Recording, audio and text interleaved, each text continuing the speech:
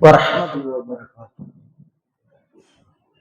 إن الحمد لله نحمده ونستعينه ونستغفره ونعوذ بالله من شرور أنفسنا ومن سيئات أعمالنا.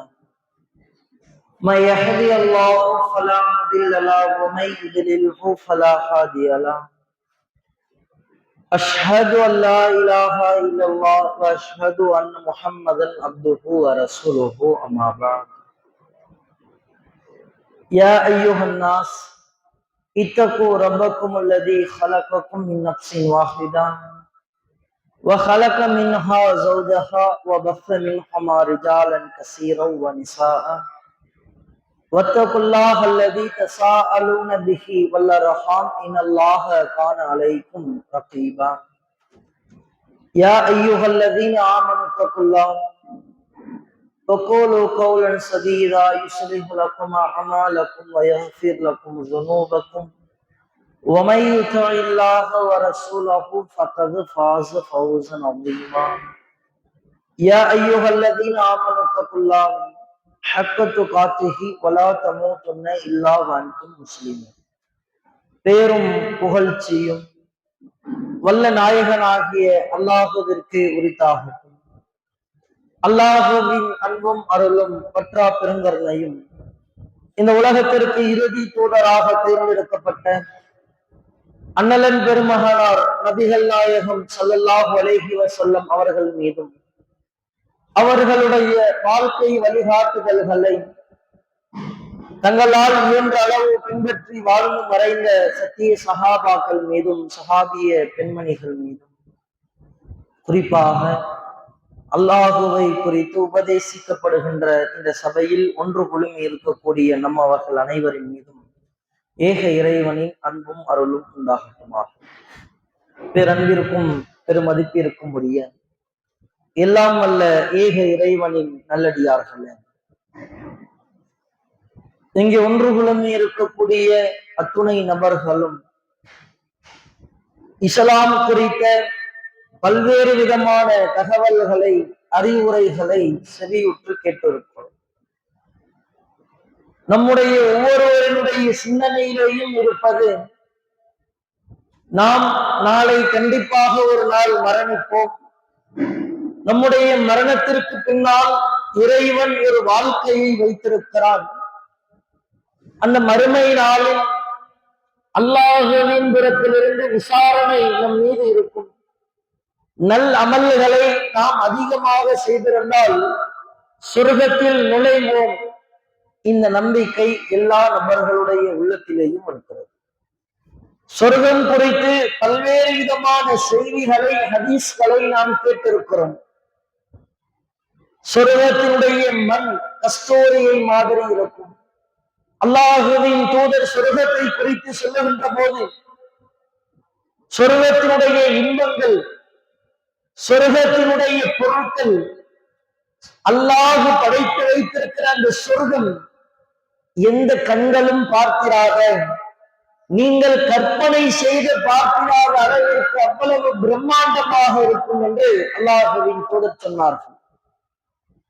சொர்க்கத்திற்குள் நாம் நுழையும் பொழுது அதில் வரக்கூடிய மன நிம்மதி, சொர்க்கத்தில் நாம் அடையக்கூடிய மகிழ்ச்சிகள், இன்பங்கள், சொர்க்கத்தில் நாம் வாழக்கூடிய நிம்மதியான வாழ்க்கைகள், இது எதுவும் நாம் என்ன கற்பனை செய்தாலும் சரி, நம்முடைய பிரமிப்பை கற்பனை எல்லாம் தாண்டி பல மடங்கு அல்லாஹ் பிரம்மாண்டமாக வைத்திருக்கிறார். சொர்க்கத்தினுடைய மாளிகைகள் முத்துக்களால், வெள்ளிகளால், தங்கங்களால் அலங்கரிக்கப்பட்டதாக இருக்கும். அல்லாஹுவின் தூதர் இன்னும் ஒரு படி மேலாக சொன்னார்கள், சொர்க்கத்தில் ஒரு சாட்டை அளவு இடம் கிடைப்பது பெரிய அளவுலாம் இல்லை. ஒரு ஏக்கர், 2 ஏக்கர் அல்லது 1 சென்ட் 2 சென்ட் அப்படி கூட இல்லை. சொர்க்கத்தில் ஒரு சாட்டை அளவு இடம் கிடைப்பது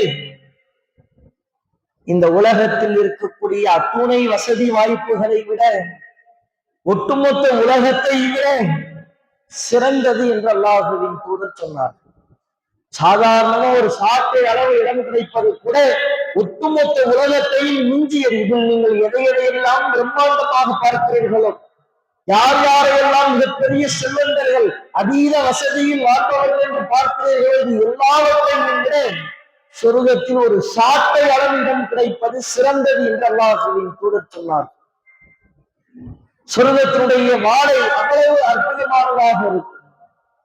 சொர்க்கத்தினுடைய வாசல்கள், அதில் அல்லாஹ் படைத்து வைத்திருக்கக்கூடிய ஹூரலீன்கள், சொர்க்கத்தில் நாம் நினைத்ததெல்லாம் கிடைக்கும். இப்படி சொர்க்கத்தை பற்றி ஏராளமான வர்ணனைகள், சொர்க்கத்தை குறித்து ஏராளமான சிறப்புகள் குர்ஆன் வசனங்களில், ஹதீஸ்களில் நிறைய சொல்லப்பட்டிருக்கிறது. இந்த சொர்க்கத்திற்குத்தான் நாம் செல்ல வேண்டும் என்று ஆசைப்படுகிறோம் இல்லையா? இந்த சொர்க்கத்தை குறித்து அல்லாஹ்வின் தூதர் ஒரு முக்கியமான செய்தியை பதிய வைக்கிறார்கள். அல்லாஹ்வின் தூதர் சொல்லுகிறார்கள், நீங்கள் பார்க்கலாம், அஹ்மது என்ற ஹதீஸ் கிரந்தத்தில் பதிவு செய்யப்பட்ட செய்தி. லம்மா ஹலக்கல்லாஹுல் ஜன்னா, அல்லாஹ் சுவனத்தை படைக்கிறான், சொர்க்கத்தை படைக்கிறான். படைத்து விட்டு ஜிப்ரீல் அலைஹிஸ்ஸலாம் அவர்களை அழைத்து, யா ஜிப்ரீல் இதஹப் ஃபன்துர் இலைஹா, போய் சொர்க்கத்தை பார்வையிட்டு வாங்க. சொர்க்கத்துல எதெல்லாம் எப்படிலாம் படைச்சு வச்சிருக்கிறேன் எல்லாத்தையும் போய் பார்த்துட்டு வாங்க, போங்க. அல்லாஹ் பார்த்து விட்டு வர சொல்லுவாங்க. ஜிப்ரீல் அலைஹிஸ்ஸலாம் போய் பார்க்கிறார்.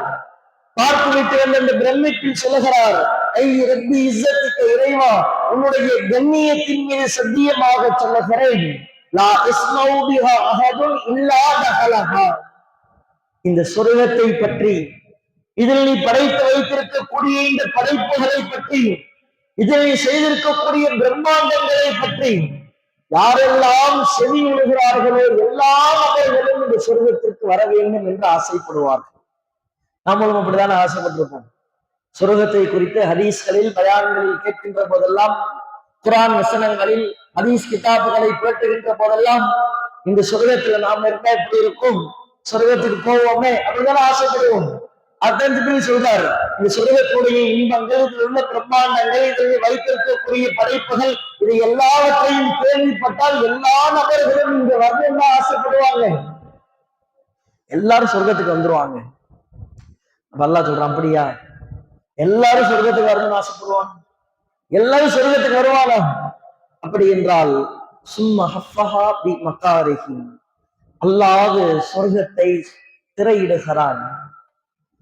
இப்போ ஜிப்ரீல் அலைஹிஸ்ஸலாம் அவர்களை அழைத்து, யா ஜிப்ரீலு இதஹப் ஃபன்துர் இலைஹா, இப்போ போய் பார்த்துட்டு வாங்க, போங்க. ஜிப்ரீல் அலைஹிஸ்ஸலாம் பார்க்கிறார்கள். பார்த்து விட்டு வந்து சொல்லுகிறார்கள், ஐ ரப்பி இஸ்ஸத்துக்க, இறைவா உன்னுடைய கண்ணியத்தின் மீது சத்தியமாக, லக்கத் ஹஷீது, எனக்கு பயமாக இருக்கிறது, லக்கத் ஹஷீது, எனக்கு பயமாக இருக்கிறது. ஏன் தெரியுமா? ஜிப்ரீல் அலைஹிஸ்ஸலாம் பதிய வைக்கிறார்கள், இறைவா லா யதுகுலுஹா அஹது, சொர்க்கத்தில் ஒரு நபர் கூட நுழைய மாட்டாரோ என்று எனக்கு பயமாக இருக்கிறது. ஜிப்ரீல் அலைஹிஸ்ஸலாம் பார்த்து விட்டு வந்து பதிய வைக்கிறார்கள், அது ஹஷீது அல்லா யதுகுலுஹா அஹது, ஒரு நபர் கூட இந்த சொர்க்கத்தில் நுழைய மாட்டாரோ என்று எனக்கு பயமாக இருக்குது. ஏன்? அல்லாஹ் சொர்க்கத்தை நிழலிட்டான், திரையிட்டான், பில் மக்காரிஹி, சிரமங்களால் திரையிட்டு இருக்கிறான். சொர்க்கத்தினுடைய இன்பங்கள், சொர்க்கத்தினுடைய பிரம்மாண்டங்கள், சொர்க்கத்தினுடைய கவர்ச்சிகள், சொர்க்கத்தினுடைய ஆடம்பரங்கள் எல்லாம் பிரம்மாண்டமாக இருந்தாலும் அந்த சொர்க்கத்தை அடைய வேண்டும் என்றால், அந்த சொர்க்கத்தில் நுழைய வேண்டும் என்றால், இந்த உலகத்தில் பல்வேறு விதமான சிரமங்களை நீங்கள் எதிர்கொண்டு ஆக வேண்டும். சொர்க்கத்திற்கு ஆசைப்படலாம், சொர்க்கத்தில் நுழையலாம் என்று ஆசைப்பட வேண்டும், உயர்ந்த சொர்க்கமான ஜன்னத்துல் ஃபிர்தௌஸில் நுழைய வேண்டும் என்று ஆசைப்பட வேண்டும். ஆசைப்பட்டால் மாத்திரம் பத்தாது, சொர்க்கத்தை பிரம்மாண்டமான பரிசாக மட்டும் நினைத்தால் பத்தாது. அந்த பரிசை அடைவதற்கு இந்த உலகத்தில் நாம் என்ன செய்திருக்கிறோம்? அல்லாஹ் தன்னுடைய திருமறை குர்ஆனில் பதிய வைக்கிறான். உள்ளத்தில் ஆழமாக பதிய வைத்துக் கொள்ளுங்கள். அல்லாஹ் கேள்வியாக முன்வைக்கிறான்,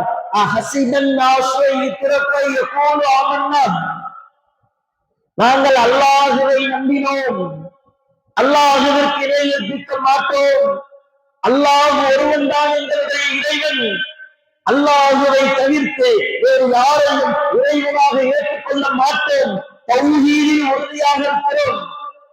என்னென்ன வாக்கு இருக்கோ எதையாவது போட்டுக்கலாம். அல்லாஹுவை நம்பி முஸ்லிமாக இருக்கிறோம் என்று சொன்ன ஒற்றை காரணத்திற்காக மட்டும் கஷ்டமே படாம சொர்க்கத்துக்கு போயிடலாம்னு நினைக்கிறீங்களா? அல்லாஹ் கேட்கிறான். அல்லாஹ் அப்படியே பண்ணி வைக்கிறான். நம்ம தௌஹீதுக்கு வந்துட்டோம்பா, ஷிர்கெல்லாம் வைக்கல, நம்ம வாழ்க்கையில ஷிர்கு கிடையாது, நம்ம பாட்டுக்கு நிம்மதியா இருந்தோம்னா சொர்க்கத்துக்கு போயிடலாம், நம்ம வேலை உண்டு இருப்போம், எந்த பிரச்சனையும் வேண்டாம், எந்த கஷ்டமும் வேண்டாம், தௌஹீதை ஏத்திக்கிட்டு நம்ம வேலை உண்டு இருந்தோம்னா சொர்க்கத்துக்கு போயிடலாமா? முடியவே முடியாதுங்க. கஷ்டப்பட்டு தான் ஆகும். தௌஹீதை ஏற்றால், தௌஹீதில் உறுதியாக இருந்தால், அல்லாஹுவை நம்பினால் மட்டும் மிக இலகுவாக சொர்க்கத்திற்கு செல்ல முடியாது. அல்லாஹ் பதிய வைக்கிறார், எந்த சிரமத்தையும் உலகத்தில் அனுபவிக்காமல் நீங்கள் எப்படி சொர்க்கத்தில் நுழைய முடியும்? அல்லாஹ் இன்னொரு இடத்தில் பதிய வைக்கிறார், ஹசீக்கும் அன் ததுகுலுல் ஜன்னா, நீங்க சொர்க்கத்துக்கு ரொம்ப ஈஸியா போயிடலாம் நினைக்கிறீங்களா?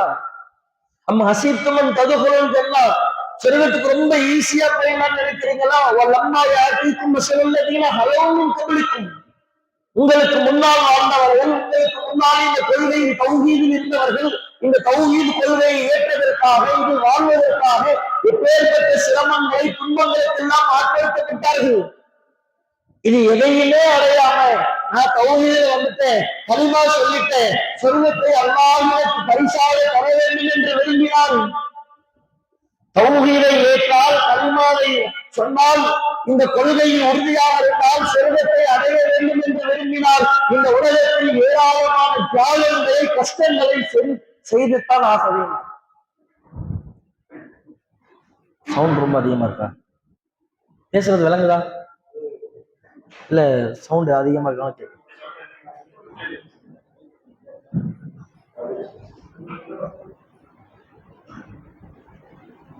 ஏன் ரசூல் ஸல்லல்லாஹு அலைஹி வஸல்லம் அவங்க நம்மை சஹாபாக்களோடு ஒப்பிட்டு பார்க்க முடியாதுங்க.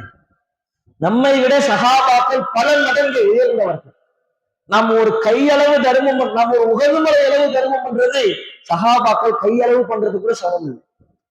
இஸ்லாத்திற்காக அவ்வளவு கஷ்டப்பட்டார்கள், தியாகம் செய்தார்கள், உயிர் தியாகம் செய்தார்கள். குடும்பங்கள், உறவுகள், உடைகள் எல்லாவற்றையும் இஸ்லாத்துக்காக அர்ப்பணித்தவர்கள். இந்த சஹாபாக்கள் ரசூலாட்ட போறாங்க, ரசூல்லா காபால சாந்திக்கிட்டு இருக்கிறாங்க. ஆரம்ப காலகட்டம், முஸ்லீம் தெரிஞ்சா கொலை பண்ணிடுவான். ஆம்பளை பொம்பளை எல்லாம் பார்க்க மாட்டான், வயசானவங்க, சின்னவங்க, பெரியவங்க அதெல்லாம் கிடையாது. நீ முஸ்லீமா, முகமது ஏற்றுக்கிட்டியா, அல்லாஹ் மட்டும்தான் கடவுள் சொல்றியா, உன்னை கொலை செய்து விடுவேன், சித்திரவதை செய்வேன், இப்படி செய்து கொண்டிருந்தார்கள். ரசூல்லா காபால சாஞ்சிக்கிட்டு இருக்கும்போது சில நபி தோழர்கள் வராங்க. ரசூல்லாட்ட வந்து, அல்லாஹ்வின் தூதரே, அல்லாஹ்வின் புறத்திலிருந்து உதவி எங்களுக்கு எப்போது வரும்? எதிரிகள் கடுமையாக சித்திரவதை செய்கிறார்கள், கடுமையாக தாக்குறாங்க. அல்லாஹ்வின் புறத்திலிருந்து எங்களுக்கு உதவி எப்போது வரும்? எங்களுக்காக நீங்கள் அல்லாஹ்விடத்தில் பிரார்த்தனை செய்யக்கூடாதா? இதுல எதுவும் தப்பு இருக்கா? எதிரிகளை அடிக்கிறான், உதைக்கிறான், துன்பப்படுத்துறான், கடுமையான வேதனைக்கு ஆட்படுத்தப்படுறோம், எங்களுக்காக நீங்க அல்லாஹ்ட்ட துஆ கேளுங்களேன், அல்லாஹ்ட்ட இருந்து உதவி எப்ப வரும்? இதுதான் அவங்க கேட்டது. ரசூலுல்லாஹ்வுடைய முகம் அப்படியே சிவந்துருச்சு. ரசூலுல்லாஹ் கடுமையா கோவப்படுறாங்க. கோவப்பட்டு ரசூலுல்லாஹ் சொல்றாங்க, நீங்க என்ன இஸ்லாத்துக்காக பெருசா தியாகம் பண்ணிட்டீங்க? என்னமோ அடிக்கிறான், உதைக்கிறான், அல்லாஹ்வின் புறத்திலிருந்து எப்போது உதவி வரும்? இந்த மாதிரி ரசூலுல்லாஹ் கேட்கிறாங்க. உங்களுக்கு முன்னாடி வாழ்ந்தவங்க இந்த இஸ்லாத்திற்காக என்னென்ன செய்தார்கள் தெரியுமா? உங்களுக்கு முன்னால் வாழ்ந்தவர்கள் இந்த கொள்கையை ஏற்றுக்கொண்டார்கள் என்பதற்காக அவர்களுக்காக குழி தோண்டப்பட்டு குழியில் உயிரோடு புதைக்கப்படுவார்கள். தலை மட்டும் வெளியில இருக்கும், உடம்பு, கைகால், எல்லாம் பூமிக்கு கீழே, கழுத்துக்கு மேல மட்டும் தரைக்கு மேல இருக்கும். கையை அசைக்க முடியாது, காலை அசைக்க முடியாது, தலையை அசைக்க முடியாது. இந்த மரத்தை அறுப்பாங்க தெரியுமா, ரம்பம், இரும்பு ரம்பம், அதை கொண்டு வந்து தலைக்கு நடுவுல வைப்பான். இஸ்லாத்தை விட்டு வெளியில வாங்குவான். இஸ்லாத்தை விட்டு வெளியில் வர முடியாது அப்படின்னு சொன்னா அந்த இரும்பு ரம்பத்தால் தலையை 2 கூறுகளாக அறுப்பார்கள். இது வெறும் 4-5 வார்த்தையில நம்ம சொல்லிடலாம். நீங்கள் கற்பனை செய்து பாருங்கள், உங்களை அந்த இடத்தில் வைத்து அந்த இரும்பு ரம்பத்தினுடைய கூர்மைகள் தலையினுடைய தோல் பகுதிகளை கிழித்து மண்டை ஓடுகளை நொறுக்குகின்ற பொழுது உடம்பில் ரத்தம் வலிந்து ஓடுகின்ற போது அந்த வலியை வெளிப்படுத்துவதற்கு கூட உடம்பில் உள்ள ஒரு உறுப்பையும் அசைக்க முடியாது. அவ்வளவு வேதனை செய்தார்கள், கொலை செய்தார்கள். இரும்பு சீப்புகளை பழுக்க காய்ச்சி வைத்து இஸ்லாத்தை விட்டு வெளியேற முடியாது. அல்லாஹ் கடவுள் இல்லைன்னு சொல்ல முடியாது. இரும்பு சீப்புகளால் பழுத்த காய்ச்சப்பட்ட இரும்பு சீப்புகளால் முதுகுகளில் கீறுவார்கள். தசை பகுதிகளை எல்லாம் ஓட்டை போட்டுக்கொண்டு உள்ள போய் அந்த நரம்பு தசை எல்லாத்தையும் பிடிச்சு இழுத்துட்டு வெளியில வரும். இவ்வளவு வேதனை செய்தார்கள். அது அவர்களை இஸ்லாத்தை விட்டு வெளியேற்றும். கொள்கை உறுதியில் அப்படி இருந்தார்கள். ரசூலுல்லாஹ் இதை சொல்றாங்க. சஹாபாக்கள் யாரு? நம்மோடு ஒப்பிட்டு பார்க்க முடியாத அளவிற்கு இஸ்லாத்திற்காக அப்பேற்பட்ட தியாகம் செய்த நம்மிடத்தில் அல்லாஹுவின் தூதர் சொன்னாங்க, நீங்க என்ன பெரிய தியாகம் பண்ணிவிட்டீங்க? ஏன்? அல்லாஹ் சொல்லுகிறான், இந்த தௌஹீதை ஏற்றால், தௌஹீது கொள்கையில் வாழ்ந்தால் நீங்கள் இந்த உலகத்தில் சிரமத்தையும் கஷ்டத்தையும் அனுபவிக்காமல் சொர்க்கம் செல்ல முடியாது. இலகுவாக நீங்கள் சொர்க்கம் செல்ல வேண்டும் என்றால் இந்த உலகத்தில் சிரமத்தை அனுபவித்துத்தான் ஆக வேண்டும். என்ன பெரிய சிரமம் என்ற போது, இன்னைக்கு நம்மள முஸ்லிம் இருந்தா கொலை பண்ணுவானா? இந்த மேலக்காவரி பகுதியில் நான் தௌஹீது வாதிபாய் அப்படின்னு நீங்கள் உங்களை வெளிப்படுத்துவதால், நான் அல்லாஹுவை தவிர யாரையும் வணங்க மாட்டேன், தர்காவிற்கு செல்ல மாட்டேன், தாயத்து தகடுகளை கட்ட மாட்டேன் அப்படின்னு உங்களை நீங்கள் தௌஹீத்வாதியாக அடையாளப்படுத்துவதால் இன்றைய சூழ்நிலையில் நீங்கள் சிரமப்படுத்தப்படுவீர்களா? எந்த சிரமமும் கிடையாது. என்ன சிரமம்? எந்த கஷ்டத்தையும் அனுபவிக்காம இலகுவா சொர்க்கம் போக முடியாதுங்கிறானே அல்லாஹ். அப்ப என்ன கஷ்டம்? கஷ்டம் எதில் தெரியுமா? அல்லாஹுவினுடைய கட்டளைகளை கடைபிடிப்பதில் தான். அல்லாஹ் அப்படித்தான் சோதித்து பார்ப்பான். அல்லாஹுவினுடைய சோதனை பல்வேறு விதமாக இருக்கும். கொள்கையை விட்டு தடம்புற அளவுக்கு அல்லாஹ் சோதித்து பார்ப்பான். அல்லாஹுடைய உபதேசங்களை கடைபிடிக்கிறீர்களா சோதித்து பார்ப்பான். பல சோதனைகளை அல்லாஹ் தருவான். நபி இப்ராஹிம் அலைஹிஸ்ஸலாம் அவங்களை எடுத்துங்க. இந்த ஹஜ் பெருநாள்ல இப்ராஹிம் அலைஹிஸ்ஸலாமுடைய தியாகங்கள் குறித்து பல்வேறு உபதேசங்களை கேட்டிருக்கிறது. அவர்கள் செய்த எல்லா தியாகத்தினுடைய பின்னணியிலையும் நீங்கள் எடுத்து பாருங்கள். அல்லாஹ் ஒரு கட்டளை சொல்லி இருப்பான், அல்லாஹுவின் பிறப்பிலிருந்து ஒரு உபதேசம் வந்திருக்கும். அந்த உபதேசத்தை கடைபிடிப்பதற்காக தியாகம் செய்திருப்பார். மனைவியை கொண்டு போய் பாலைவனத்தில் எடுத்துக்குவான் அல்லாஹ். அல்லாஹுவின் பிறப்பிலிருந்து வந்த கட்டளை. ஒரு கணவன் இதை செய்வாரா? ஆள் இல்ல, ஆள் நடமாட்டமே இல்லை, சாப்பாட்டுக்கு வழி இல்லை, தண்ணிக்கு வழி இல்லை, பாதுகாப்பு இல்லை, தங்கக்கூடிய வசதி இல்லை, எல்லாத்துக்கும் மேல கையில பச்சிலம்பில்லை. ஒரு தகப்பனாக மனைவிக்கு கணவனாக எந்த ஒரு ஆணும் இதை செய்வாரா? இப்ராஹிம் அலைஹிஸ்ஸலாம் செய்தார்கள். ஏன்? அந்த கட்டளை அல்லாஹுவின் புறத்திலிருந்து வந்தது. அல்லாஹ் சொல்லி இருக்கிறான். அல்லாஹ் கட்டளையிட்டால் அதன் மூலம் வரக்கூடிய எல்லா பிரச்சனைக்கும் அவன் பாதுகாப்பாக இருப்பான். கொண்டுட்டு போய் விட்டுட்டு வந்தான். ஏகத்துவத்தை சொல்ல வேண்டும், ஒட்டுமொத்த ஊரும் எதிராக இருக்கிறது. சொன்னது இறைவன். நெருப்பு குண்டத்தில் தூக்கி போட போகிறார்கள். அல்லாஹ் பார்த்து கொள்வான். நபி இப்ராஹிம் அலைஹிஸ்ஸலாம் மாத்திரமல்ல, எல்லா நபிமார்களும் இப்படித்தான். அல்லாஹ் ஒன்றை சொன்னால் அதை செய்வதனால் எந்த பிரச்சனை வந்தாலும், எவ்வளவு பெரிய கஷ்டம் வந்தாலும் அதை எதிர்கொள்ள தயாராக இருக்கிறோம். ஏன்? கட்டளையிட்டது இறைவன். இன்றைக்கு நீங்கள் யோசித்து பாருங்கள். நாம் தௌஹீத்வாதிகளாக வாழ்கிறோம். நம்முடைய வாழ்க்கையில் இணை வைப்பு இல்லை. இங்கே ஒன்றுக்குள்ளும் இருக்கிற யாரையாவது தர்காவிற்கு வாருங்கள், உங்களிடத்தில் 1 கோடி ரூபாய் பொருளாதாரம் பெறுகிறோம், மௌலியாருக்கு கையேந்துங்கள் சொன்னால் போரான் தூக்கி போட்டு போயிடுவோம். தர்காவுக்கு போக மாட்டோம், தாயத்து தகடு கட்ட மாட்டோம், வீட்டுல படிகாரங்களை தொங்க விட மாட்டோம், சூனியத்தை நம்ப மாட்டோம். இறை வைப்பினுடைய எந்த காரியமும் இல்லை. ஆனால் அல்லாஹும் அல்லாஹுவின் தூதரும் சொன்ன அத்துணை உபதேசங்களையும் அல்லாஹு தடுத்த அத்தனை ஹராம்களிலேயும் நாம் சரியாக இருக்கிறோமா? அல்லாஹ் வைத்த பெரிய சோதனையாக இன்றைக்கு நான் எதை திரும்ப பார்க்கிறேன்? திருமணத்தை தான் பார்க்கிறேன். தௌஹீத்வாதி அவ்வளவு உறுதியாக இருப்பார், திருமணம் என்ற ஒரு நிகழ்வு வரும், அத்தோடு எல்லாம் முடிஞ்சு போயிடும். தௌஹீத்வாதியாக வாழ்ந்ததற்கான அடையாளத்தை டோட்டலா விட்டுருவார். திருமணம் செய்யக்கூடிய வயது வந்துவிட்டால் மாப்பிள்ளை பார்ப்பதிலிருந்து, நீங்க பாருங்க, மாப்பிள்ளை பார்க்க சொல்லுவாங்க, பல ஊர்கள்ல நடக்கும். பாய் பொண்ணுக்கு மாப்பிள்ளை பாருங்க, பாத்திரலாம் பாய், எப்படி இருக்கணும்? தௌஹீத் மாப்பிள்ளை பாருங்க பாய், நம்பர் 1 கண்டிஷன். 2வது, தௌஹீத் மாப்பிள்ளைக்கு சொந்தமா வீடு இருக்கணும் பாய், 2வது கண்டிஷன். 3, மாசம் ஒரு 30,000 40,000 சம்பாதிக்கணும் பாய். ஓகே,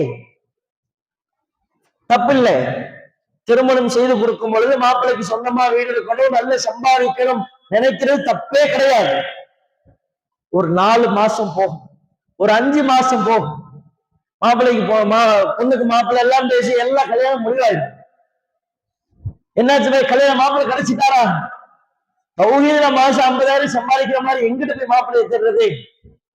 ஆட்டோ ஓட்டுற மாதிரி கேளுங்க, வேலை கிடைக்கும். 50,000 சம்பாதிக்கிற மாதிரி கேட்டா, மாப்பிள்ளை பாத்துட்டீங்களா? பார்த்தாச்சு பாய். மாப்பிள்ளை சொந்தமா வீடு இருக்கா? இருக்கு. மாசம் 30,000 சம்பாதிக்கிறாரா? சம்பாதிக்கிறாரு. வெளிநாட்டுல இருக்கிறாரு. மாப்பிள்ளை தௌஹீதா? அப்பதான் வரும். மாப்பிள்ளை தௌஹீதுன்னு சொல்ல முடியாது, ஷிர்க்குன்னு சொல்ல முடியாது பாய், ஆனா தௌஹீது கிடையாது பாய். முதல் நிபந்தனை அல்லாஹ்விற்கு இணை கற்பிக்காதவராக இருக்க வேண்டும். மீதி எல்லாம் அடிஷனல் தான். மீதி அடிஷனல், அதான் எங்களுக்கு மெயினானது. மாப்பிள்ளை சிரிப்பு வைக்கிறாரோ இல்லையோ, மாசம் 50,000 சம்பாதிச்சா போதும், பொண்ணு வசதியா இருந்தா போதும், கொண்டு போய் கட்டி கொடுத்தோம். அதுவும் தௌஹீதுல இல்லைன்னா, தௌஹீத் ஜமாத்தை சொல்லல, தௌஹீதுங்கிற ஓரிரை கொள்கையில இல்லைன்னா தௌஹீத் முறைப்படி அங்க திருமணம் நடக்கும்? நடக்காது.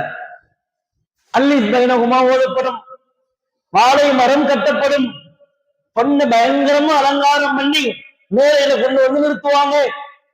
கல்யாணம்ங்கிற பேர்ல ஒட்டுமொத்த ஊரையும் கூட்டு பிரம்மாண்டமாக நடக்கும்.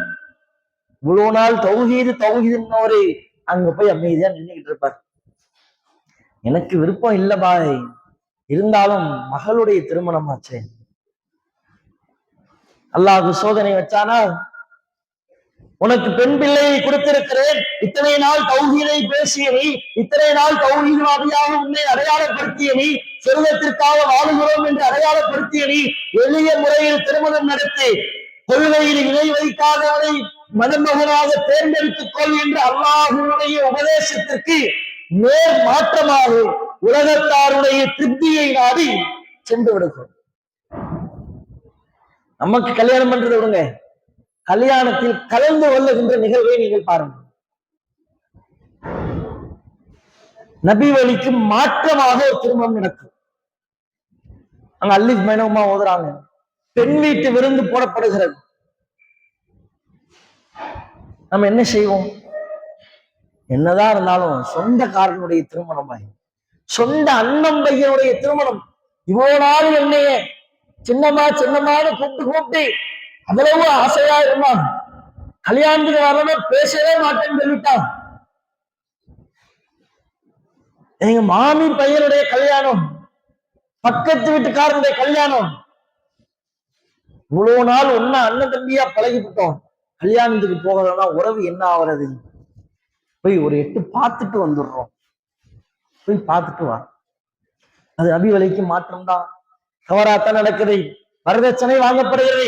இன்னும் சொல்ல போனால் எத்தனையோ முஸ்லிம்கள் இஸ்லாமை இல்லாமல் நடக்கக்கூடிய திருமணங்களுக்கு கூட என்னுடைய கல்லூரியில் படித்தவர்கள், என்னோட அலுவலகத்தில் வேலை பார்த்தவர்கள், என்னுடைய நண்பர்கள் என்று சொல்லி இஸ்லாத்தில் இல்லாதவர்களுடைய திருமண நிகழ்வில் கூட போய் நின்று கலந்து கொண்டு குர்ஆன பரிசா கொடுத்துட்டு வரேன், குர்ஆனை அன்பளிப்பாக கொடுப்பதற்கு செல்லுகிறேன். எங்க நபி வழிக்கு மாற்றமா இஸ்லாத்தை தூக்கி ஓரமாக வைத்துவிட்டு அல்லாஹ்வை இறைவனாக ஏற்காமல் நடைபெறக்கூடிய ஒரு வழிபாட்டு தளத்தில் வழிபாடுகள் நடக்கக்கூடிய திருமண சடங்குகள்ல குர்ஆனை பரிசாக தருகிறேன் போய் நின்று ரசூலுல்லாஹ் சொன்னாங்க, அல்லாஹுவின் வசனங்கள் எங்க மறுக்கப்படுமோ அந்த சபையில போய் நீங்க அமராதீங்க, நீங்களும் அவர்களை போன்றவர்கள். சஹாபாக்கள் நீங்க யோசிச்சு பாருங்க, நடுநிலையா யோசிச்சு பாருங்க. ரசூல் ஸல்லல்லாஹு அலைஹி வஸல்லம் நம்மோடு இன்றைக்கு சக காலத்தில் வாழ்ந்தால் ரசூல்லாவை திருமணத்துக்கு கூப்பிடாம நீங்க திருமணம் பண்ணுவீங்க? அழைப்பு ரசூல்லா இல்லையா? ரசூல்லாவை தான் உயிரை விட மேலாக நேசிக்கணும். சஹாபாக்கள் ரசூல்லாவை திருமணத்துக்கு கூப்பிடலங்கிறத விடுங்க, நான் திருமணம் செய்ய போகிறேன்ங்கிற தகவலை கூட ரசூல்லாட்ட சொல்லல. அதை அவங்க பெருசாவே நினைக்கல. ரசூல்லா கேட்கிறாங்க, என்னப்பா சட்டையெல்லாம் மஞ்சள் கரையாக இருக்கிறது, ஆள் பார்க்க பிரகாசமா இருக்கிற, என்ன ஆச்சு? இல்ல ரசூல்லா கல்யாணம் முடிச்சுட்டேன். கல்யாணம் முடிச்சுட்டியா? பொண்ணு யாருப்பா? மகர் கொடுத்தியா? எவ்வளவு மகர் கொடுத்த? அதுக்கப்புறம் ரசூலா விசாரிக்கிறாங்க. ரசூலுல்லாவை உயிரை விட மேலாக மதித்தார்கள். ரசூலுல்லாவிற்காக உயிர் தியாகம் செய்ய தயாராக இருந்தார்கள். எதை வேண்டுமானாலும் அர்ப்பணிப்பு செய்ய தயாராக இருந்தார்கள். ஆனால் அந்த அல்லாஹ்வின் தூதரை திருமணத்திற்கு அழைக்கவில்லை. ஏன்?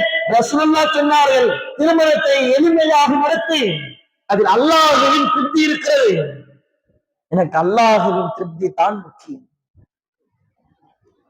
நாம சாதாரண ஒரு அறிவுரை, இதனால நீங்க பெரிய என்ன பிரச்சனை சந்திச்சிட போறீங்க? தலையை வெட்டிட போறாங்களா? ஒரு திருமண நிகழ்வில் கலந்து கொள்ளாமல் போவதால் என்ன ஆயிட போகுது? அதுக்கப்புறம் இந்த உலகத்துல வாழவே முடியாது, நம்மளால சர்வே பண்ணவே முடியாது, சாப்பிட முடியாது, தூங்க முடியாது, ஒண்ணும் பண்ண முடியாது. அப்படி ஆயிட போதா? நிலைமை எப்படி ஆயிடுச்சுன்னா, இந்த திருமணத்துக்கு பத்திரிக்கை வைப்பாங்க தெரியுமா? பத்திரிக்கை வைக்க வரும்போது அவன் தெளிவா சொல்றான், பாய் 20ஆம் தேதி கல்யாணம், நீங்க தௌஹீத் ஜமாத்து, எப்படியும் கல்யாணத்துக்கு வரமாட்ட, உங்களுக்காகவே 19ஆம் தேதி தனியா விருந்து வச்சிருக்கிற, எல்லா பேரும் வந்துருங்க அப்படின்னு.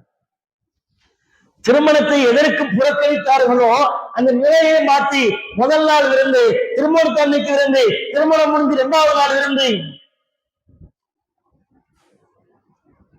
நீங்க யோசிச்சு பாருங்க, சாதாரண ஒரு நிகழ்வு தான். அதுல கலந்துக்காததுனால உங்க சொந்தக்காரங்க உங்கள்ட்ட பேசாம போலாம், சண்டை போடலாம், எது வேண்டாலும் நடக்கலாம். இதுதான் அல்லாஹ் வைத்திருக்கிற சோதனை. நான் ஒன்றை கட்டளையிடுகிறேன், அதை செய்வதால் உனக்கு பாதிப்பு வரும், பிரச்சனைகள் வரும், அதை நீ எதிர்கொள்ளணும். அதை எதிர்கொண்டு சோதனை அல்லாஹ்வின் உபதேசத்தை கடைபிடிக்கிறாயா? அப்படி கடைபிடித்தால் சொர்க்கத்தை பரிசாக தருகிறேன். அதை கடைபிடிக்காவிட்டால் மனோ இச்சைப்படி வாழ்ந்தால் எப்படி அல்லாஹ் சொர்க்கத்தை தருவான்? சாது பின் அபி வக்காஸ் அப்படின்னு சொல்லப்படுகிற நபி தோழருங்க. இவர் இடத்துல இருந்து நீங்க யோசிச்சு பாருங்க. அப்பதான் இஸ்லாத்தை ஏத்துக்கிறார். ரசூல் ஸல்லல்லாஹு அலைஹி வஸல்லம் அவர்களை இறை தூதராக ஏற்றுக்கொண்டு அல்லாஹ்வை தவிர வேறு யாரையும் வணங்க மாட்டேன் கொள்கைக்குள்ள நுழைகிறார். தௌஹீது கொள்கைக்குள்ள வந்தா அவங்க அம்மா வராங்க. அவங்க சொல்றாங்க, நீ ஒழுங்கா இதுல இருந்து வெளில வந்து, நீ வெளியில வரலன்னா நான் சாப்பிட மாட்டேன், தண்ணி குடிக்க மாட்டேன், எதுவுமே செய்ய மாட்டேன், என் உயிர் இப்படியே போனாலும் பரவாயில்ல. ஒரு நாள் முடியுது, 2வது நாள் தண்ணி குடிக்கல, சாப்பிடல, எதுவும் செய்யல. 3வது நாள் சாப்பிடல, தண்ணி குடிக்கல, தொண்டையெல்லாம் வறண்டு போயிடுச்சு. 3 நாள் தண்ணி குடிக்கல, சாப்பிடலாம். யோசிச்சு பாருங்க. பெற்றெடுத்த தாய், இவ்வளவு நாள் பாசமாக இருந்தவர், தாயின் மீது அவ்வளவு பாசம், அளவு கிடந்த நேசம், மயக்கம் மட்டும் நம்ம கீழே விழுவுறாங்க. சாது பின் அபி வக்காஸ் எப்படி துடித்திருக்க வேண்டும்? தண்ணி தெளிச்சு அந்த அம்மாவை எழுப்புறாங்க.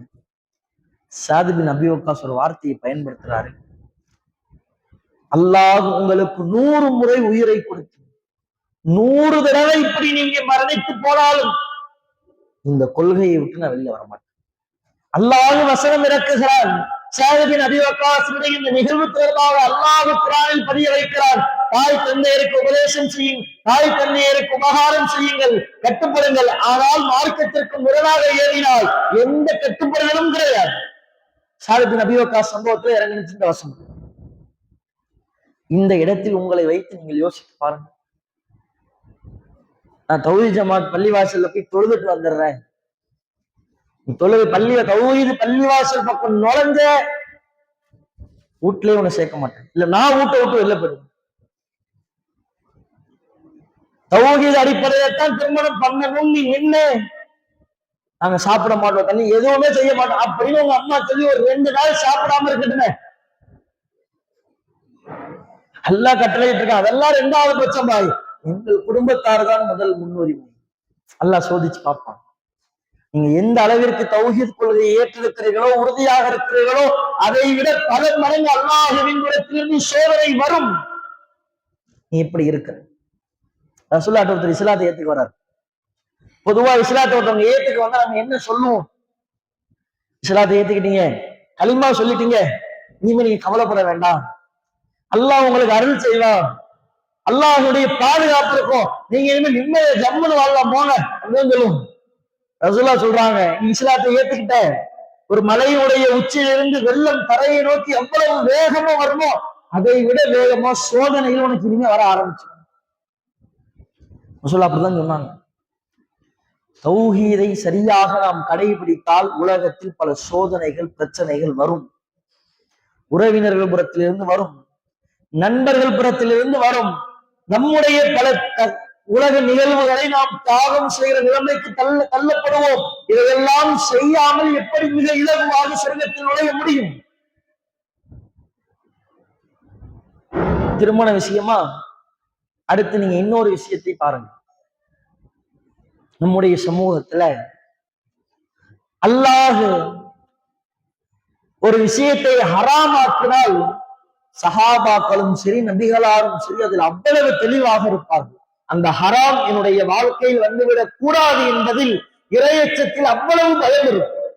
சாதாரண இரையச்சம்லாம் இல்லை, தவறு இல்லைன்னா கூட அதை நினைச்சு பயப்படுகிற அளவுக்கு. அல்லாஹ் ஒண்ணு சொல்லிட்டா, ரசூலுல்லாஹ் ஒண்ணு சொல்லிட்டா அவ்வளவு ஷார்ப்பாக கடைபிடிப்பாங்க. உமர் ரலியல்லாஹு அன்ஹு ஒரு கட்டத்துல ரசூலுல்லாஹ் ஒரு ஆலோசனை கேட்கிறாங்க. ஒரு பக்கம் உமர், இன்னொரு பக்கம் அபூபக்கர், 2 பேரும் ஆளுக்கு ஒன்னொன்னு நேர் எதிரான கருத்து சொல்றாங்க. உமர் ரலியல்லாஹு கொஞ்சம் சத்தமா சொல்லிட்டாங்க. அல்லாஹ் வசனம் இறக்கிட்டா, நபி இருக்கக்கூடிய இடத்துல நபியினுடைய குரலை விட நீங்க குரலை உயர்த்தி பேசாதீங்க. சஹாபாக்கள் சொல்றாங்க, இந்த வசனத்துக்கு அப்புறம் உமர் ரலியல்லாஹு அவங்க பேசுறாங்கன்னா, உமர் நீங்க என்ன சொன்னீங்க அப்படின்னு 2வது தடவை கேட்கிற அளவுக்கு அவ்வளவு பொறுமையா பேசுவாரு. ஏன்? அல்லாஹ் சொல்லிட்டான், சாதாரண விஷயம், சத்தமா பேசாதப்பா, 1 நாள் கடைபிடிக்கலாம், 2 நாள் கடைபிடிக்கலாம், ரசூலுல்லாஹ்வுடைய மரண தருவாய் வரை அதற்கு பின்னாலும் சரி உமர் ரலியல்லாஹு அன்ஹு அந்த விஷயத்தை அவ்வளவு தெளிவாக கடைபிடித்தார். ஏன்? கட்டளையிட்டது இறைவன். அதே இறைவன் இசை என்பதை ஹராமாக்கு. நீங்க யோசிச்சு பாருங்க, நாம் எல்லாம் தௌஹீத்வாதிகளாக நம்மை அடையாளப்படுத்தும். நம்முடைய வீட்டில் தொலைக்காட்சிகள் இருக்கு. தொலைக்காட்சியை விடுங்க, இன்னைக்கு யார் டிவி பாக்குறா? கையில செல்போன் வச்சிருக்கோம். இந்த செல்போன்ல இன்ஸ்டாகிராமில் நாங்கள் சினிமா பாடல்களோ ரீல்ஸுகளோ பார்ப்பதில்லை, இசை வரக்கூடிய ரீல்ஸுகளை பார்ப்பதில்லை அப்படின்னு நம்மளால சொல்ல முடியுமா? பெண்கள் அப்படி சொல்ல முடியுமா? சர்வ சாதாரணமாக எல்லாருடைய போன்லயும் போயிடுச்சு. ரீல்ஸ் பார்க்கறது தாண்டி இஸ்லாமிய பெண்களே ரீல்ஸ் போடக்கூடிய அளவுக்கு சினிமா பாடல்களுக்கு நடனமாடி, சினிமா பாடல்களை பாடி. ஏன்? உலகத்தினுடைய இன்பம் எல்லாரும் பண்றா, அதுல என்ன இருக்கு? எல்லாரும் இன்ஸ்டாகிராம் பாக்குறாங்க, என்ன இருக்கு? எல்லாரும் யூடியூப்ல வீடியோ பார்க்கலாம், ஒண்ணுமே இல்லைங்க. உங்க செல்போன்ல செட்டிங்ஸ்க்கு போங்க, அதுல இந்த ஆப்ஸ் உடைய டியூரேஷன் சொல்லி ஒன்று இருக்கும். ஒரு நாளைக்கு நம்ம ஒரு ஆப் எவ்வளவு நேரம் யூஸ் பண்ணிருக்கிறோம் அப்படின்னு டைமிங் காமிக்கும். நீங்க எடுத்து சும்மா உங்க போன்ல பாருங்களேன், நீங்க உங்க போன்ல எந்த ஆப் அதிக நேரம் யூஸ் பண்றீங்கன்ட்டு. ஒண்ணு இன்ஸ்டாகிராம் நிற்கும், இல்லைன்னா யூடியூப் நிற்கும். அதுதான் முதல்ல நிற்கும்.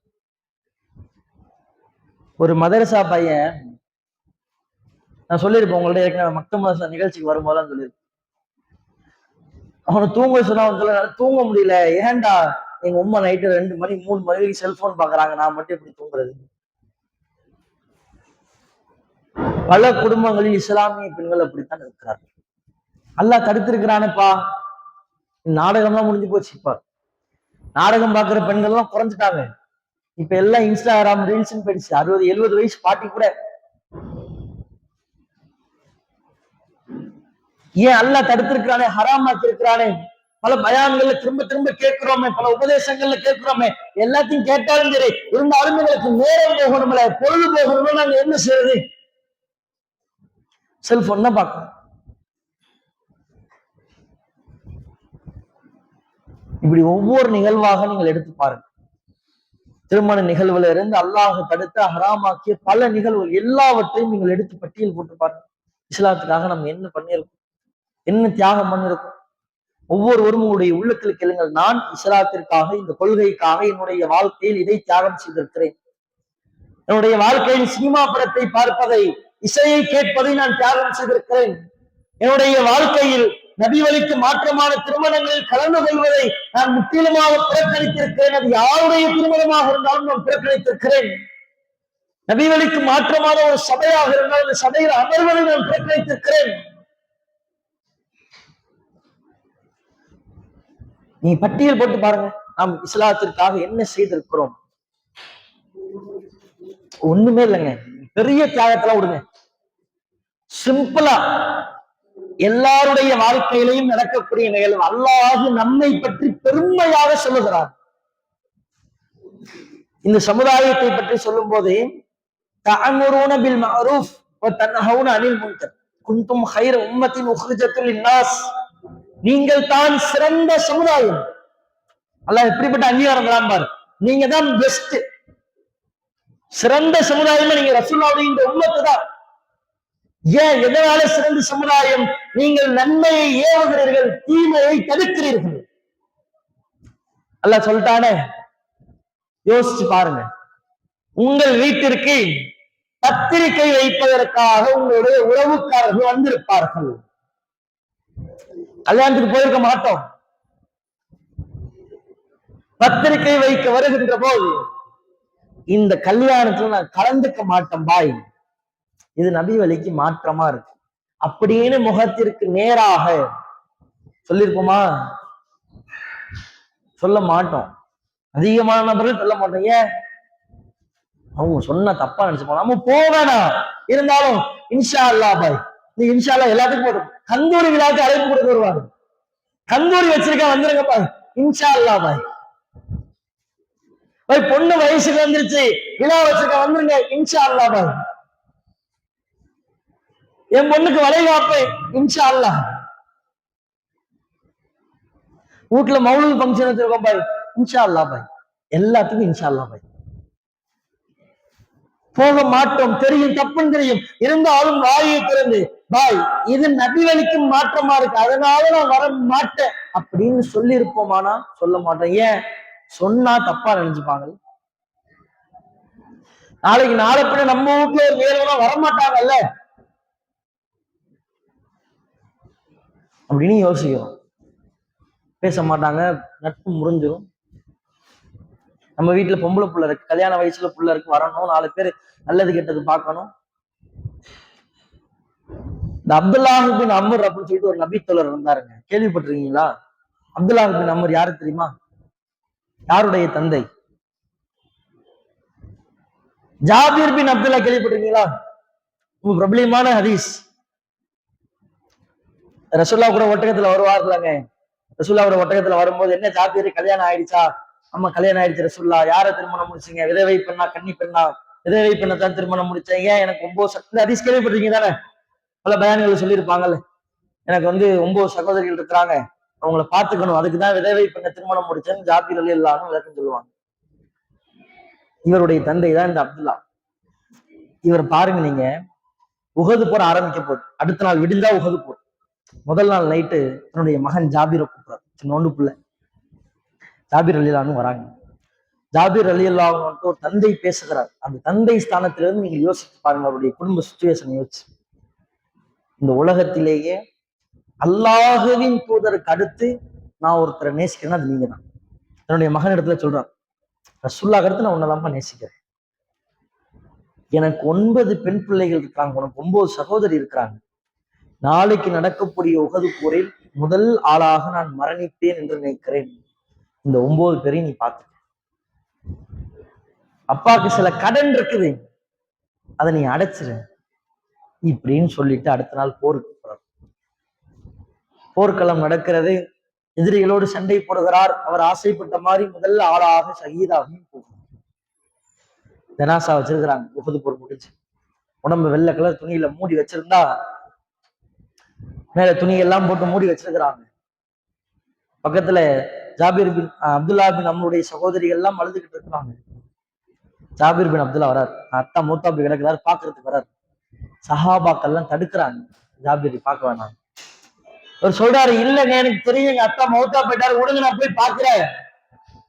இல்ல வேண்டாம், பார்க்க வேணாம். தடுக்கிறாங்க. பலமுறை சொல்லி பார்க்கிறாரு, நான் ஒரு தடவை பார்த்துக்கிறாங்க, எங்க அத்தா மௌத்தா போயிட்டாரு தெரியுமா, பார்க்க விடுங்க. சஹாபாக்கள் தடுக்கிறாங்க. ரசூலுல்லாஹ் வராங்க, ஜாபீரை விடுங்க, தபுக்கி அவுலா தபுக்கி, அவர் அழுவட்டும் அழாம போட்டும், விடுங்க. ஜாபீர் ரலியல்லாஹு அன்ஹு வராங்க. தன்னுடைய தந்தையின் மீது போடப்பட்டிருக்கிற துணியை எடுத்து பார்த்தால் அப்படியே நடுங்கி போகிறார், கதறி அழுகிறார். உடல் முழுக்க அப்படியே துண்டு துண்டாக வெட்டி வைத்திருக்கிறார்கள். கண்கள், காது, மூக்கு, வாய் எல்லாம் அப்படியே சிதைஞ்சு போயிருக்கு. இப்படி இருக்கும். முதல் நாள் இரவு தன்னை அணைத்து கட்டி அணைத்து நான் உன்னை நேசிக்கிறேன் என்று சொன்ன தந்தை 9 சகோதரிகளை, பெண் பிள்ளைகளை விட்டு விட்டு போயிருக்கிறார், ஷஹீதாக்கப்பட்டிருக்கிறார். எப்படி இருக்கும்? அழுகிறார். ரசூலுல்லாஹ் சொல்றாங்க, நீங்க அழுவுங்க, அழாம போங்க. மகாசாலத்தில் மலாய்க்கத்து மலக்குமார்கள் இந்த அப்துல்லாஹ் பின் அம்ருக்கு நிலையிட்டுக் கொண்டிருக்கிறார்கள். நீங்க கற்பனை செய்து பாருங்கள், 9 பெண் பிள்ளைகளை விட்டு விட்டு ஒரு ஆள் ஒரே ஒரு மகனை நம்பி, ஒரே ஒரு பையனை விட்டுட்டு 9 பெண் பிள்ளையை பார்த்துக்கப்பா, நான் அல்லாஹ்வுக்காக ஷஹீதாக போறேன்ப்பா அப்படின்னு போவோமா? நாம் போவோமா? அப்படி உம்மா இல்ல, வீட்டுல ஒரே ஒரு பொம்பளை பிள்ளை இருக்குது, காவல்துறை அனுமதி தரவில்லை, ஒரு ஆர்ப்பாட்ட களத்திற்கு வாங்க, கைது செய்யப்படலாம் அப்படின்னு அழைச்சா நாம வருவோமா? முதல்ல பயப்படுவோம். எதுக்கு பயப்படுவோம்? ஒரே ஒரு பொம்பளை பிள்ளைதான் இருக்குது, நான் அவங்க வந்து அரசு உள்ள வச்சுட்டாங்கன்னா பிள்ளைய யார் பாக்குறது? இது ரிலீஸ் ஆயிடலாம், டோட்டலா உயிரையே தியாகம் பண்ண வந்து நின்னார். இதுதான் சஹாபா. ஏன்? அவங்க தெளிவா புரிஞ்சிருந்தாங்க, இந்த உலக வாழ்க்கை, இதில் அல்லாஹ் நமக்கு தந்த அருள் கொடைகள் எல்லாம் இறைவன் தந்தது. அவன் தேவைப்பட்டதை எடுத்துப்பான், அல்லாஹ் நாடினால் அதை பாதுகாப்பான். கொடுத்தவனுக்கு பாதுகாக்க தெரியும். என்னுடைய கடமை, அல்லாஹ் என கட்டளையிட்டிருக்கிறான், அல்லாஹ்வின் பாதையிலே என்னை அர்ப்பணிக்க வேண்டும் என்று. அதனால் என்னுடைய குடும்பத்தை இழக்க நேரிட்டாலும், அதனால் எவ்வளவு சிரமம் வந்தாலும் நான் அதை தாங்கிக் கொள்கிறேன் என்று வந்து தியாகம் செய்தார்கள். அதனால்தான் ரசூலுல்லாஹ் சஹாபாக்கள் அவ்வளவு சிறப்பிச்சு சொன்னாங்க. நபி தோழர்களும் அப்படிதான் இருந்தாங்க, எல்லா விதத்திலையும் தியாகம். அதனால் எவ்வளவு பாதிப்பு வந்தாலும், எவ்வளவு பிரச்சனைகள் வந்தாலும் பரவாயில்லை, அல்லாஹ் சொல்லிவிட்டால் அதை நான் செய்வேன், கடைபிடிப்பேன். அப்படி இருந்தால் சொர்க்கம் என்பது அல்லாஹுவால் பரிசாக தரப்படும். அதனாலதான் அல்லாஹ் சொல்றான், அம் ஹஸிப்தும் அன் ததுகுலுல் ஜன்னah, நீங்க எந்த கஷ்டத்தையும் அனுபவிக்காம, எந்த சிரமத்தையும் அனுபவிக்காம ரொம்ப ஈஸியா சொர்க்கத்துக்கு போயிடலாம்னு நினைக்கிறீங்களா? இந்த தௌஹீதை ஏற்றால் கஷ்டங்கள், சிரமங்கள் எல்லாம் வரும். அதை எதிர்கொண்டு தான் வாழ வேண்டும். நீங்க சும்மா ட்ரை பண்ணி பாருங்க.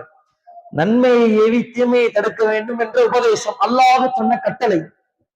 ரசூலுல்லாஹ் சொன்னாங்க, பல்லிகு அன்னி வலவ் ஆயத்த, என்கிட்ட இருந்து ஒரு செய்தியை கேட்டாலும் அதை மற்றவங்கள்ட்ட போய் சொல்லுங்க. இந்த ஒரு அறிவுரை கையில் எடுத்துக்கோங்க. தீமையை தடுக்கணும், நன்மையை ஏவணும்.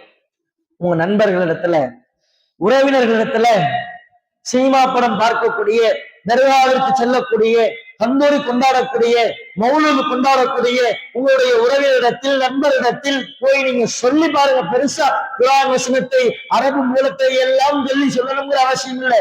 தந்தூரிக்கு போவாதப்பா, அல்லாஹ் தடுத்திருக்கா. சினிமா படம் பார்க்காத, அல்லாஹ் தடுத்திருக்கா. நாடகம் பார்க்காதீங்க, அல்லாஹ் தடுத்திருக்கா அப்படின்னு சொல்லி பாருங்க. சில பேர் உங்கள் நட்பை முறிக்கலாம், உறவுகளை முறிக்கலாம், உங்கள் நண்பர்கள் உங்களை கேலி கிண்டல் செய்யலாம். அதனால் வருகின்ற மன உளைச்சல், கவலை நீங்கள் உணர்வீர்கள். அல்லாஹுவின் கட்டளையை கடைபிடித்து இந்த உலகத்தில் வாழ்ந்தால், அல்லாஹுவின் கட்டளையை செயல்படுத்தினால் எல்லா இடத்திலிருந்தும் எதிர்ப்புகள், சோதனைகள் வரும் என்பதை அப்போது உணர்வீர்கள். நம்ம இந்த சமரசம் பண்ணிட்டு போயிடலாம், நாம ஒண்ணு நம்ம வேலை ஒண்ணுல இருந்துட்டு போயிடலாம் அப்படின்னு நினைச்சா அல்லாட்ட மாட்டிப்போங்க. நம்ம சில பேர் நினைப்போம், சில சகோதரர் சொல்லவும் செஞ்சிருக்கிறாங்க, தர்காவுக்கு போகாதீங்க நம்ம பேசணும்னு.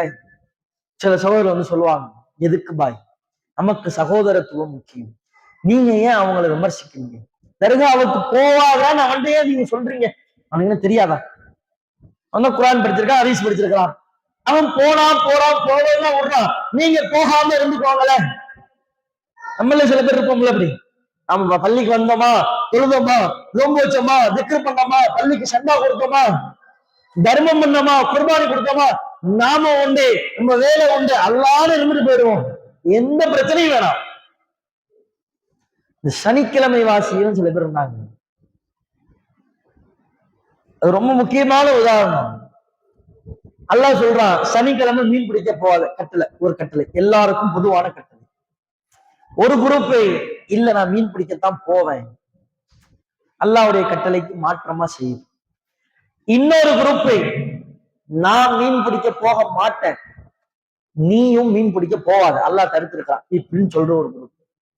இன்னொரு குரூப், நான் மீன் பிடிக்க போக மாட்டேன், நீ போனா போவலன்னா இரு, எக்கிற கெட்டு தொலை, நான் போகல, உன்கிட்ட போவாதுன்னு தடுக்கலாம் முடியாது, இப்படின்னு ஒரு குரூப். அல்லாஹ் என்ன தெரியுமா செஞ்சா, மீன் பிடிக்க போனாங்கல்ல அவங்களுக்கு தண்டனையை கொடுத்துட்டான். மீது 2 பேர் தான் மீன் பிடிக்க போகல, 2 பேருக்கு தண்டனை தரக்கூடாதுல்ல. அதுல மீன் பிடிக்க நான் போக மாட்டேன், நீ போனா போவனா எக்கதை கெட்டுத்தல, அவனுக்கும் அல்லாஹ் தண்டனை, அதே தண்டனையை தர சொன்னான். ஏன், உன்னை நன்மையை செய்ய சொன்ன, தீமையை தடுக்க சொன்ன, நீ அதை செய்யல, நன்மையை மட்டும் செஞ்சுட்டு அவன் தவறு செய்யும் போது நான் அதெல்லாம் கண்டுக்க மாட்டேன், அவன் ஏதோ கெட்டு போவான்னு விட்டுட்டு போட்டிய, அவன் தடுத்தியா, அதை மீறி போற, அது 2வது பட்சம், நீ சொன்னியா.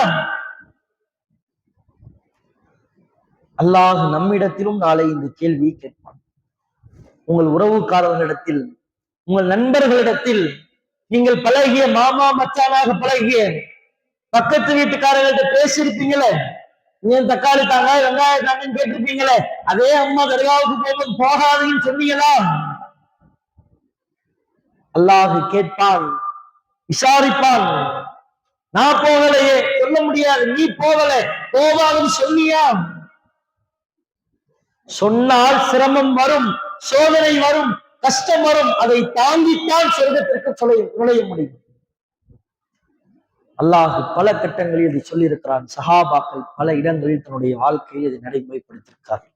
ஆக அன்பிற்குரிய சகோதரர்களே, நாம் நாளை மறுமையில் சொர்க்கத்திற்கு செல்ல வேண்டும் என்று ஆசைப்படுகிறோம். இணை வைப்பிலிருந்து முற்றிலுமாக விலகிவிட்டோம். ரசூலுல்லாஹ் ஒரு கட்டத்துல சொல்றாங்க, இந்த அரபு தேச மக்கள் ஆரம்பத்துல கடுமையான எதிர்ப்புல இருந்தாங்க. ரசூலுல்லாஹ் இந்த தௌஹீதை வளர்த்ததற்கு பின்னால் கடைசி கட்டத்தில் ரசூலுல்லாஹ் சொல்றாங்க, மக்களே, ஷைத்தான் உங்கள் விஷயத்தில் நிராசை அடைஞ்சிட்டான். இதுல தெரியுமா, திரும்பி உங்களை இணை வைப்பு கூட்டு போதில் அவன் நிராசை அடைஞ்சிட்டான். அதனால முடியாது, நான் விளங்கிட்டான், இவங்களை இதுக்கப்புறம் தர்காவுக்கெல்லாம் கூட்டு போக முடியாது, சமாதியெல்லாம் வணங்க வைக்க முடியாது, அவன் நிராசை அடைஞ்சிட்டான். ஆனால் உங்களுக்கு மத்தியில் பிணக்குகளை ஏற்படுத்துவதில் அவன் திருப்தி அடைகிறான். சகோதர சகோதரிகள், ஷைத்தான் நம்மை வழிகேட்டிற்கு இணை வைப்புக்கு அழைச்சு செல்ற நிராசை அடைஞ்சிட்டான். ஆனால் நமக்கு மத்தியில் பிணக்குகளை ஏற்படுத்துவதில், பொறாமைகளை ஏற்படுத்துவதில் அவன் திருப்தியப்படுகிறான், சந்தோஷப்படுறான், அதுல திருப்திப்பட்டுதாங்க. நம்மளை யோசிச்சு பாருங்க, அதிகமான நபர்கள் இன்னொரு நபர்களை பற்றி புறம் பேசி, அவதூறு பேசி, குறைகளை சொல்லி இதுலத்தான் நேரத்தை செலவழிக்கும். நம்முடைய நன்மைகளை அதிகப்படுத்த வேண்டும். அதுக்கு ஏராளமான செய்திகள் இருக்கு. ரசூல் நிறைய உபதேசங்கள் சொல்லி இருக்கிறாங்க. ரசூல் ஸல்லல்லாஹு அலைஹி வஸல்லம் கேட்கிறாங்க, உங்களில் ஒருவர் ஒரு நாளைக்கு 1000 நன்மைகளை பெறுவதற்கு நீங்கள் ஆசைப்பட மாட்டீங்களா? சஹாபாக்கள் கேட்கிறாங்க, ரசூல் ஒரு நாளைக்கு 1000 நன்மை கிடைக்குமா? கிடைக்கும். என்ன செய்யணும்? 100 முறை சுபஹான் அல்லாஹ் சொல்லுங்க, 1000 நன்மை கிடைக்கும். இப்படி நிறைய பிரார்த்தனைகள், நிறைய திக்ருகள். ஒரு நாளைக்கு 3 முறை அல்லாஹ் ஒரு துவா சொல்லி தராங்க, சுப்ஹானல்லாஹி வ பிஹம்தி அதத ஹல்கிஹி வ ரிலா நஃப்ஸி வ ஸினத அர்ஷி வ மிதாத கலிமாத்தி 3 தடவை சொல்லுங்க. ஒரு நாளைக்கு ஃபுல்லா நீங்க எவ்வளவு திக்ர் பண்ணாலும் சரி, அது எல்லாத்தையும் இது ஈடுகட்டிடும். ஒரு நாள் முழுக்க உட்கார்ந்து அல்லாஹ் அக்பர் அல்லாஹ் அக்பர்னு சொல்லிக்கிட்டே இருக்கிறார். சுப்ஹானல்லாஹ் அல்ஹம்துலில்லாஹ் சொல்லிக்கிட்டே இருக்காரு. 24 மணி நேரம் சொல்றாரு. 3 தடவை நீங்க இந்த துஆவை சொல்றீங்க, இந்த திக்ர் பண்றீங்க. அவர் செய்த நன்மையை விட அதீத நன்மை உங்களுக்கு உண்டு. இப்படி ஏராளமான நன்மையை பல மடங்கு பிரிக்கிறது. மீசாந்த தராசில் எடையை அதிகமாக்கக்கூடிய ஏராளமான திக்ருகள் இருக்கிறது. அதையெல்லாம் நாம் நம்முடைய வாழ்க்கையில் நடைமுறைக்கு கொண்டு வர வேண்டும். குர்ஆன் எடுத்து ஓதுங்க. இன்னைக்கு நம்மள்ட்ட குறைஞ்சு போச்சு. நீங்க யோசிச்சு பாருங்களேன். ஒரு 20-30 வருஷத்துக்கு முன்னாடி இந்த மார்க்க புத்தகங்கள் படிக்கிற, குர்ஆனை ஓதக்கூடிய இந்த நிகழ்வுகள்லாம் இருந்துச்சு. இந்த முஸ்லீம் தெருக்கள் நடந்து போனோம்னா இது முஸ்லீம் ஏரியா தான் தெரிஞ்சிடும். குர்ஆன் சவுண்டு கேட்கும். இன்னைக்கு அப்படியே கேட்குது. இன்னைக்கு வெறும் பாரதி கண்ணம்மாவும் இன்ஸ்டாகிராம் ரீல்ஸும் கேட்குது. குர்ஆனை வாசிக்கக்கூடிய பெண்கள் குறைந்து விட்டார்கள். மதரசாக்கள்ல பாக்குறோம் இல்லையா, அட்மிஷனுக்கு வருவாங்க, நிறைய பேர் வருவாங்க, குர்ஆன் ஓத தெரியாது. ஆனா டிகிரி முடிச்சிருப்பாங்க, 3 வருஷம் 4 வருஷம் யூஜி டிகிரி பிஜி டிகிரி எல்லாம் முடிச்சு வச்சிருப்பாங்க. குர்ஆன் ஓத தெரியாது. குர்ஆனை ஓதுங்கள், எடுத்து வச்சு படிங்க, மன நிம்மதி கிடைக்கும். பள்ளிவாசலோடு வீட்டுல மனசு கஷ்டமா கவலையா இருக்கீங்களா, பள்ளிவாசல் வந்து உட்காருங்க. இஸ்லாத்தை கடைபிடிக்கிறோம், பிரச்சனைகள் வருகிறது, சோதனை வருது, பள்ளிவாசல் வந்து உட்காருங்க. அல்லாஹ்வை நினைவு கூறுங்கள். இந்த நல் காரியங்களை நாம் அதிகப்படுத்திக் கொள்வது தான் நாளை மறுமையில் நம்மை சொர்க்கத்திற்கு இலகுவாக அழைச்சி போகும். சொர்க்கம் சம்பந்தமான நிறைய செய்திகள் நம்ம கேட்டிருக்கோம். சொர்க்கத்தில் என்னென்ன சிறப்பு இருக்கு எல்லாம் கேட்டிருக்கோம். அந்த சொர்க்கத்துக்கு போகணும்னா உலகத்தில் வாழும் பொழுது தௌஹீதை சரியான முறையில் கடைபிடிக்க வேண்டும். யாருக்காகவும் எதுக்காகவும் இந்த கொள்கையில் மட்டும் சமரசம் செய்து விடாதீர்கள். அல்லாஹுவின் கட்டளையை கடைபிடிப்பதில் சமரசம் செய்து விடாதீர்கள். அதனால் எவ்வளவு பிரச்சனை வந்தாலும் உங்களுக்கு பாதுகாப்பாக படைத்த ரப்பல் ஆலமீன் இருப்பான் என்பதை உள்ளத்தில் ஆழ பதிய வைத்து அல்லாஹ்விடத்தில் அதிகமாக பிரார்த்தனை செய்வோம். நம்முடைய கடைசி மூச்சு வரை இந்த கொள்கையிலேயே இருந்து மரணிக்கக்கூடியவர்களாக வல்ல ரஹ்மான் நம் அனைவரையும் ஆக்கி அருள் புரிய வேண்டும். வாஹிர் தவானா அல்ஹம்துலில்லாஹி ரப்பில் ஆலமீன். அஸ்ஸலாமு அலைக்கும் வரஹ்மத்துல்லாஹி வபரகாத்துஹு.